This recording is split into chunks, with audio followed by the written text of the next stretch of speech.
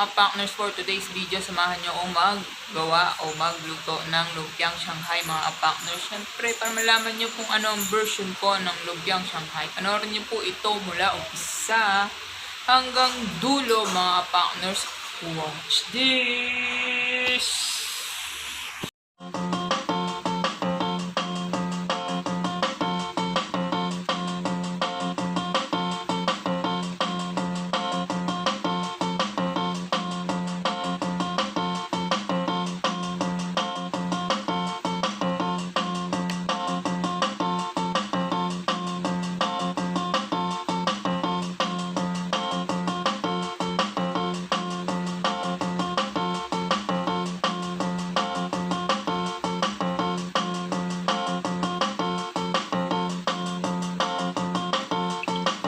Partners, yung mga sangkap na gagamitin natin sa ating lumpiang Shanghai.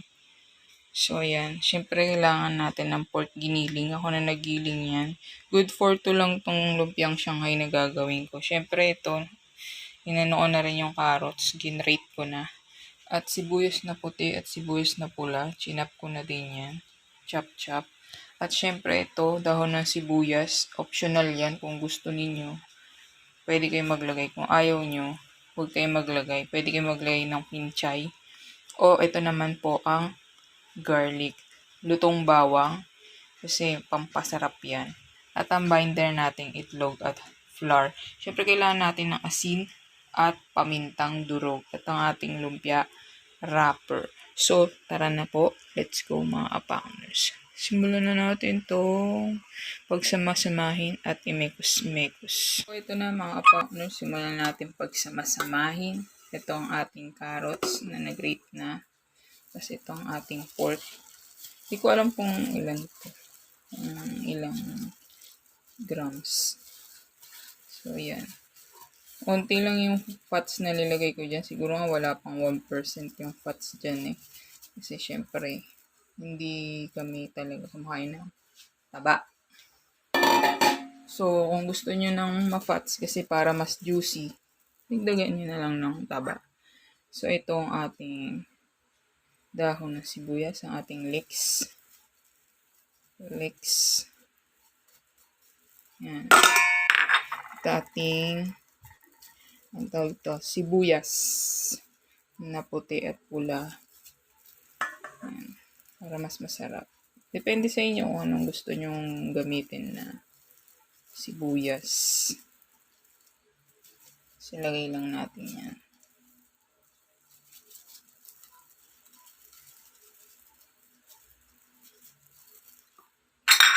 At tapos ang ating lutong bawang. So, lutong bawang yung nilalagay ko guys. Try ninyo. Masarap tsaka mas mabango siya. Compare mo sa hilaw. Tsaka mas iba yung lasa niya kapag niluto na yung ating Shanghai. So, syempre maglagay tayo ng pamintang durog. At asin. So, kayo na bahala kung gusto nyo maglagay ng garlic powder. May garlic powder ako dyan, saka onion powder kaso. Mas type ko na salt lang. Para, ano yung lasa ng luto lang na sinaunang panahon. Walang timpla-timpla. Masyado. So, yan. Damihan natin ang ating paminta. Para masarap. Yan yung mas masarap. Tapos, yung pang-bind natin, itlog. Isa lang, sapat na yan. Tapos yung ating isa pa, ating flour. So, yan. I-mix na natin to hanggang magsama-sama.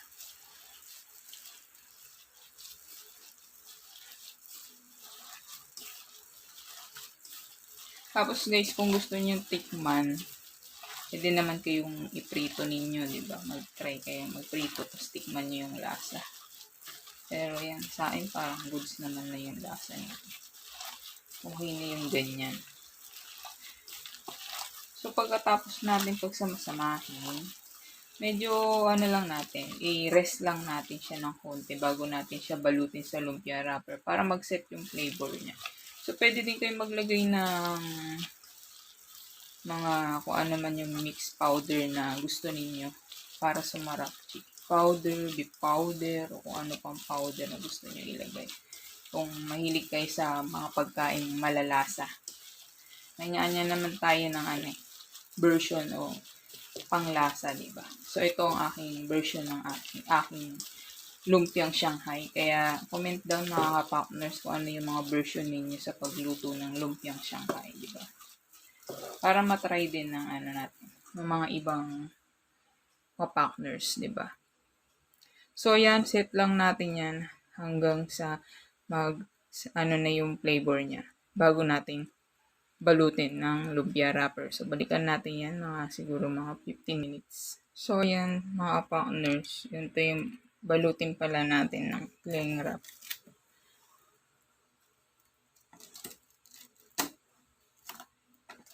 Yan. Tapos, ganito yung balot.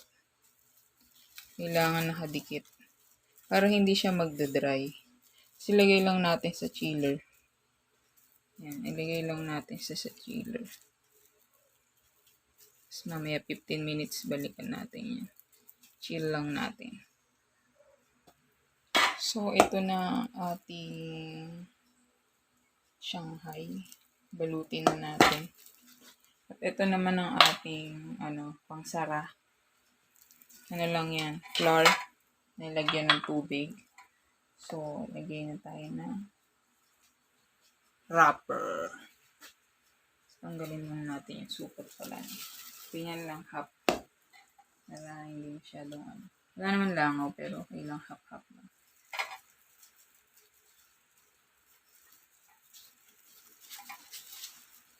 Pili tayo magandang wrapper. Hindi yung sira.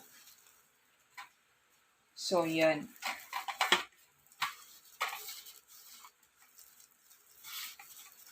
Wala akong kutsara.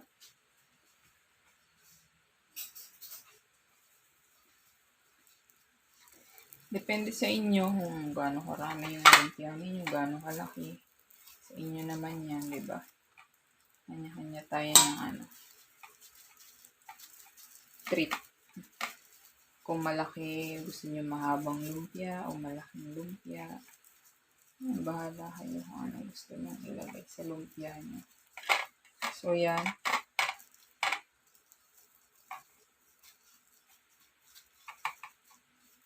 Kung masyadong konti sa inyo yan, dagdagan ninyo. Diba? So, ganyan lang ako mag-ikot ng lumpia. Kayo, paano kayo mag-ikot niyan? Iba yung parang tinatatsulok pang gano'n. Lagyan natin pang sara.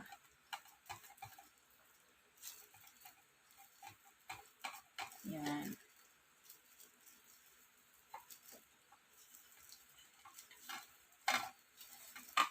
So, yan. PZZ Pansit. Ito na ang ating lumpia. Lumalabas yung laman. Sobrang dami yata. So, yan. Next pa, tapusin natin yan. Gawa tayo ng maraming ganito. So, yan na guys. Nakagawa tayo ng 32 pieces ng lumpiang Shanghai. Yan ang ating nabalot. At masyado marami yan para sa 2 tao. Kaya magluluto lang ako ng 15 pieces para sa aming 2 lang. At syempre, nakapagpainit na ako ng kawali. Kaya, let's go. Prituhin na natin yan mga partners kasi mainit na. So, parang feeling ko konti yung nalagay kong mantika. So, maya-maya magdadagdag lang ako dyan mga partners. So, yan, ilagay na natin ang ating Shanghai. Hi. So, kayo mga partners, anong version nyo ng lumpiang Shanghai? Comment down kasi iba-iba tayo ng timpla. Yung lolo ko naglalagay siya ng kinchay sa Shanghai. So, siguro, minsan naman kasi niluluto niya kasi ay yung lumpiang isda. So, yun, madalas naglalagay siya ng kinchay. So, ako naman, gusto ko yung lasa ng dahon ng sibuyas, yan, ng green onion sa lumpiang Shanghai. Kaya ako naglalagay. So, kayo kung ayaw niyo naman ng dahon ng sibuyas, pwede naman yung alisin, di ba? Tapos yun, nagkakat ako Kasi gusto ko yung lutong-luto yung loob, yung pumapasok talaga yung luto sa loob, mga partners. Diba? Kaya kinakat ko yung sa gitna yung lumpia. Yan.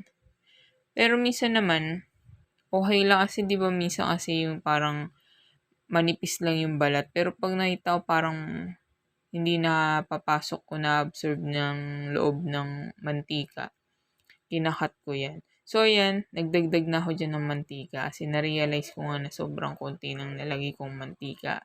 At masyado naman malalaki yung gawa ko ng Shanghai. So, yan mga partners. Golden brown na siya, kaya hanguin na natin. Golden brown na yan, parang nasunog ko na nga ata eh. So, maglalagay pa tayo next batch. Medyo dadamihan na natin kasi parang ang 4 lang yung nalagay ko, sayang sa gas. Sayang sa pagluto. So, siguro gawin natin mga 5 piraso. Sakto-sakto dyan, mga partners. So, yan. Yung iba, itatabi na lang natin. So, syempre, kung marami kayo, sakto na siguro yung 32 pieces yan para sa good for na yan. 3 to 4 na ata yan. Good for 2 or 3 to 4 person na yan, 32 pieces, no? Tapos lang, magluluto kayong pansit. So yun, nagluto na kami ng pansit eh. Kaya nahuli yung Shanghai. So yun mga partners, continuous lang natin yung pagluluto natin yan hanggang sa matapos natin ang pagpiprito ng ating lumpiang Shanghai, mga partners. So yun mga partners, second batch na to kaya nagugutom na ako eh. Gusto ko na kumain kanina pa. Kaso syempre, mamaya na lang para mas masarap. Mas masarap kapag may kasamang partner na pansit. Tapos may rice, di ba? Ang sarap nun. Tapos yung sausawan. Gumawa pala ako ng sausawan dyan. Yung sausawan na ginawa ko is yung jopran. Homemade jopran. So, hindi ko na napakita sa video na yun kung paano ko ginawa yun. So, susunod na lang, gagawa tayo nun ng homemade jopran. So, ayan, naluto na ulit ang pangalawang batch. So, magte-third batch na naman tayo, mga partners, para makakain na. Tom Jones na tayo eh. So, para mahusgahan na natin ang ating gawa. So, ayan, third batch na tayo, mga partners. Tapos, excited na rin akong isawsaw yan doon sa may hot and spicy na ginawa kong sauce. Sweet sauce jopran yun. Kasi, syempre, di ba, kaysa bumili tayo ng sausawan natin sa grocery, gawa na lang tayo. So, ayun mga partners, natapos na ang ating pagpiprito. Ayan ang ginawa kong sauce, jopran sauce, homemade, di ba? So, tara na mga partners. Kain na tayo. Tikman na natin yan. Let's go! So, ayan, may ketchup din tayo, mga partners. Kung gusto ng ketchup, kung gusto ng hot and spicy sauce, yun. Let's go! Husgahan na natin yan. Tikman. Isawsaw natin sa ating sauce. Napakalapot ng nagawa kong sauce. Hindi, sakto lang yan. Lalabnaw yan mamaya. Ito na guys, tikman natin.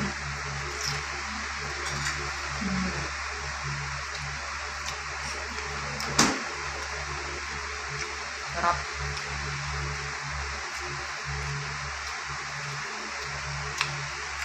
Sinawsaw ko sa ginawa kong Jopranan. So yun guys, gawin nyo na to sa mga bahay ninyo. Pag ang aking version ng lumpiang Shanghai, pork lumpiang Shanghai, mga partners. Kaya hanggang sa susunod na vlog, mga partners, huwag niyo po kalimutan na mag-subscribe, like, share, and comment, mga partners. Comment down kung anong version ninyo na lumpiang Shanghai ninyo. At syempre mga partners, sa mga nakasubscribe na, thank you very much. Thank you very much. Thank you very much. Hanggang sa susunod na vlog, mga partners. Bye-bye.